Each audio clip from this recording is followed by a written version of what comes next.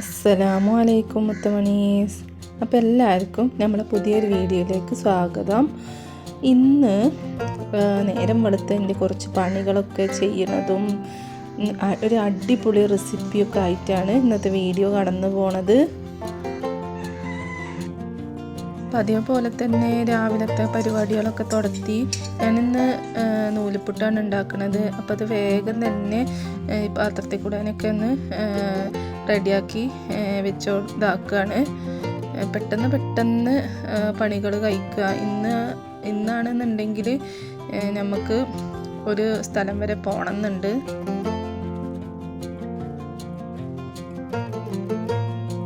അപ്പോൾ ഓരോ പാത്രത്തിൽ കൂടെ ഒക്കെ ആയിട്ട് ഞാൻ അങ്ങനെ നൂൽപുട്ടൊക്കെ റെഡിയാക്കി കൊടുക്കുന്നുണ്ട്.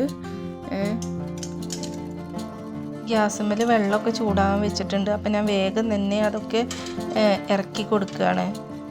അടച്ചു വെച്ച് കുറച്ച് നേരം അത് അവിടെ വേവട്ടെ. ഞാനാണെന്നുണ്ടെങ്കിൽ വേപ്പിലെടുക്കാൻ വേണ്ടിയിട്ട് ജസ്റ്റ് ഒന്ന് പുറത്തേക്ക് ഇറങ്ങി നോക്കുകയാണ്. അവിടെ ആ കാണുന്ന ചെറിയൊരു തയ്യാണ്. ഞാനതുമെന്ന് അങ്ങനെ എടുക്കലൊന്നുമില്ല. ഇപ്പോൾ വെള്ളമൊക്കെ ഒഴിച്ചിട്ട് അതിങ്ങനെ കിളിർത്ത് വരികയാണ്. ആ ഭാഗത്തുള്ള എല്ലാ ചെടികളും എൻ്റെ നശിച്ച്. അപ്പം ഞാനതങ്ങനെ കുറച്ച് നേരം ഇങ്ങനെ നോക്കി നിൽക്കുകയാണ്. നൂലുപുട്ടിൻ്റെ കൂടെ കഴിക്കാൻ ഇത് ഇന്നലെ ഞാൻ വൈകുന്നേരം ഉണ്ടാക്കി വെച്ച ചിക്കൻ കറിയുടെ ബാലൻസാണ്. അപ്പം നമുക്ക് തട്ടിക്കൂട്ട് ഒരു കറി ഉണ്ടാക്കി കൊടുക്കാം. അപ്പോൾ അത് അതിനാവശ്യമുള്ള ഉള്ളിയും കാര്യങ്ങളൊക്കെ ഞാൻ ചട്ടിയിലേക്ക് ഇട്ട് കൊടുക്കുകയാണ്. ഉപ്പ്, ഈ ഒരു സംഭവം എന്ന് പറഞ്ഞു കഴിഞ്ഞാൽ നമ്മൾ സാധാ ഉള്ളിയും തക്കാളിയും വാട്ടിങ്ങാണ്ട് കുറച്ച് പൊടികളും ഇട്ടുങ്ങാണ്ട് അങ്ങനെ ഉണ്ടാക്കണ ഒരു കറി. അതിൻ്റെ ഇടയിൽ ഞാൻ അവിടെ നൂലുപുട്ടൊക്കെ റെഡിയാക്കിക്കണ്. ഉള്ളിയൊക്കെ വാടി വന്ന സമയത്ത് ഇച്ചിരി വേപ്പിലയും പിന്നെ അതേപോലെ പച്ചമുളക്, വെളുത്തുള്ളി, ഇഞ്ചി പേസ്റ്റ് ഒക്കെ ഇട്ടുങ്ങാണ്ട് അങ്ങനെ ഒരു തട്ടിക്കൂട്ട് ഒരു കറി, ബാലൻസ് ഇല്ലത് ഇതാക്കാൻ വേണ്ടിയിട്ടുള്ള കറി. നമ്മളെ നൂലുപുട്ടൊക്കെ അവിടെ റെഡി ആവുന്നുണ്ട്. അപ്പോഴത്തേക്കൊക്കെ ഞാൻ കറിയൊക്കെ വേഗം സെറ്റാക്കി. ഉച്ചക്കൊക്കെ ബാവ കുറച്ച് ബീഫ് കൊണ്ടുവന്നിട്ടുണ്ടായിരുന്നു. ഞാനപ്പോൾ അത് കഴുകിയൊക്കെ വാരാൻ വേണ്ടി വെച്ചിട്ടുണ്ട്. കുക്കറിലേക്ക് ബീഫൊക്കെ ഇട്ട് കൊടുത്ത് അതിലേക്ക് ഇനി കുറച്ച് പൊടികളൊക്കെ ആഡാക്കി കൊടുക്കാം. ഈ ബീഫിനെ നമുക്ക് കുരുമുളകൊക്കെ ഇട്ടിട്ട് നന്നായിട്ട് വരട്ടിയിട്ടെടുക്കാം. അപ്പം അതിനാവശ്യമുള്ള പൊടികളാണ് ഇട്ട് കൊടുക്കുന്നത്. വളരെ കുറച്ച് മഞ്ഞൾപ്പൊടി, അതിന് ശേഷം ഇച്ചിരി മല്ലിപ്പൊടി, പിന്നെ മുളക് പൊടി, പിന്നെന്താണ് വെളുത്തുള്ളി ഇഞ്ചി പേസ്റ്റ്, പിന്നെ അതേപോലെ കുറച്ച് ഉപ്പ്, ഗരം മസാല, ഇതൊക്കെ ഇട്ടുകൊണ്ട് നന്നായിട്ട് മിക്സാക്കി കൊടുക്കുക. അത് നമ്മളെ കൈ വെച്ചിട്ട് തന്നെ നന്നായിട്ട് കുഴച്ച് എടുക്കുക. നമുക്ക് ഇങ്ങനെ കൈ വെച്ച് ഇതാക്കുമ്പോൾ നമുക്ക് നല്ലൊരു ടേസ്റ്റ് ഉണ്ടാവും. നമ്മൾ കയ്യിൽ വെച്ച് ഇളക്കണേക്കാട്ടിലൊക്കെ നമ്മൾ ഇങ്ങനെ ബീഫൊക്കെ നമ്മൾ കയ്യും കൊണ്ട് ഇങ്ങനെ നിരടി ഇതാക്കണം. അപ്പോൾ ആ ഒരു മസാലയൊക്കെ ആ കഷ്ണത്തുമ്പോൾ നന്നായിട്ട് പിടിക്കും. എന്നിട്ട് വളരെ കുറച്ച് വെള്ളം ഇവിടെ ആവശ്യമില്ല, എന്നാലും കൂടിയിട്ട് എനിക്ക് പേടിയായതുകൊണ്ട് ഇച്ചിരി വെള്ളം ഒഴിച്ചു കൊടുക്കുന്നുണ്ട്. എന്നിട്ട് പിന്നെ നമ്മൾ കുക്കറിൽ ഇട്ട് കൊടുത്തിട്ടുണ്ട്. ബീഫൊക്കെ ഇവിടെ വെന്ത് വന്നിട്ടുണ്ട്. അപ്പോൾ ഞാനൊരു പാനിലേക്ക് ഇച്ചിരി എണ്ണ ഒഴിച്ചു കൊടുത്തിട്ടുണ്ട്. ഇനി ഇതിലേക്ക് ഞാൻ ഒരരപ്പ് ഇട്ട് കൊടുക്കുന്നുണ്ട്. ഇതിൽ നമ്മുടെ ചെറിയ ഉള്ളി, പെരുംജീരകം, പിന്നെ അതേപോലെ വെളുത്തുള്ളി ഇഞ്ചി പേസ്റ്റ്, കുരുമുളക്, ഇതൊക്കെ നന്നായിട്ട് ചതച്ചെടുത്തതാണ്. അപ്പോൾ ഇത് നമ്മൾ ഈ എണ്ണയിലേക്ക് ഇട്ട് കൊടുക്കുക. ഇത് നന്നായിട്ട് ഇളക്കി കൊടുക്കുക.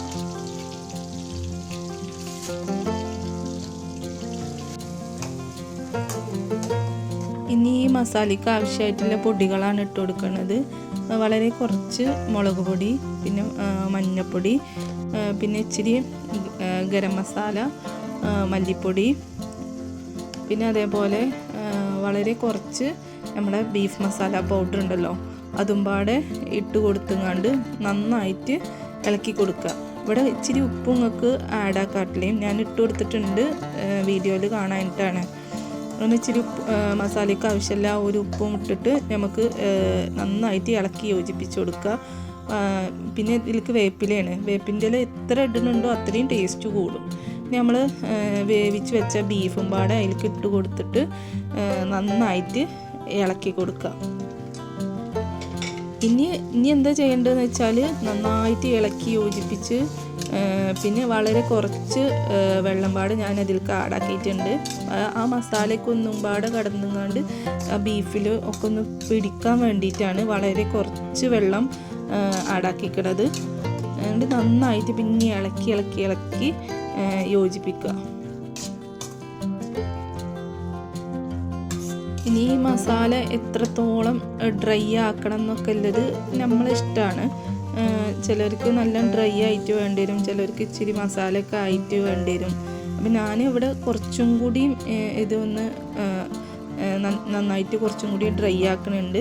അപ്പം അതിൻ്റെ മുകളിലേക്ക് കുറച്ച് കുരുമുളക് പൊടി എത്രയാണോ എരിവിന് ആവശ്യമില്ല വെച്ചാൽ അത് ഇട്ട് കൊടുക്കുക.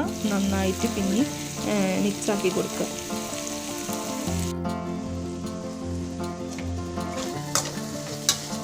ഇച്ചിരിയും കൂടിയും വേപ്പിലയും പിന്നെ അതേപോലെ നമ്മൾ എണ്ണയൊക്കെ ഒഴിച്ചും കണ്ട് നന്നായിട്ട് ഇളക്കി കൊടുക്കുക. എത്രത്തോളം ഇങ്ങനെ ലോ ഫ്ലെയിമിൽ ഇത് കിടക്കണോ അത്രയും ഇതിന് ടേസ്റ്റ് കൂടും. അപ്പോൾ ഞാൻ ഇവിടെ ഒന്ന് അടച്ചു വെച്ചിട്ടുണ്ട്. അടച്ചു വെച്ച് നന്നായിട്ട് ഇളക്കി വീണ്ടും ഇതാക്കുക. സാധാ ഒരു അടുപ്പിലാണ് ഇത് വെക്കണമെന്നുണ്ടെങ്കിൽ നല്ല ആ ഒരു ഇരുമ്പിൻ്റെ ആ ഒരു ചട്ടി വെച്ചുകൊണ്ട് നമുക്ക് ആ ഒരു കനലിൽ തന്നെ കടന്ന് നന്നായിട്ട് ഇങ്ങനെ ഡ്രൈ ആക്കി കൊണ്ടുവന്നാൽ നല്ല ടേസ്റ്റ് ഉണ്ടാകും. അപ്പോൾ നമ്മളെ ബീഫ് വരട്ടിയത് ഇവിടെ റെഡി ആയിട്ടുണ്ട്. നിങ്ങൾക്ക് എല്ലാവർക്കും ഇത് ഇഷ്ടപ്പെട്ടു എന്ന് വിചാരിക്കണു. നമ്മളെ നൂലുപുട്ടിൻ്റെ കൂടെ പിന്നെ അതേപോലെ പൊറാട്ടയുടെ കൂടെ ഒക്കെ ഇത് അടിപൊളിയായിരിക്കും. നിങ്ങളെന്തായാലും ഈ ഒരു റെസിപ്പി ട്രൈ ചെയ്ത് നോക്കൊണ്ടു.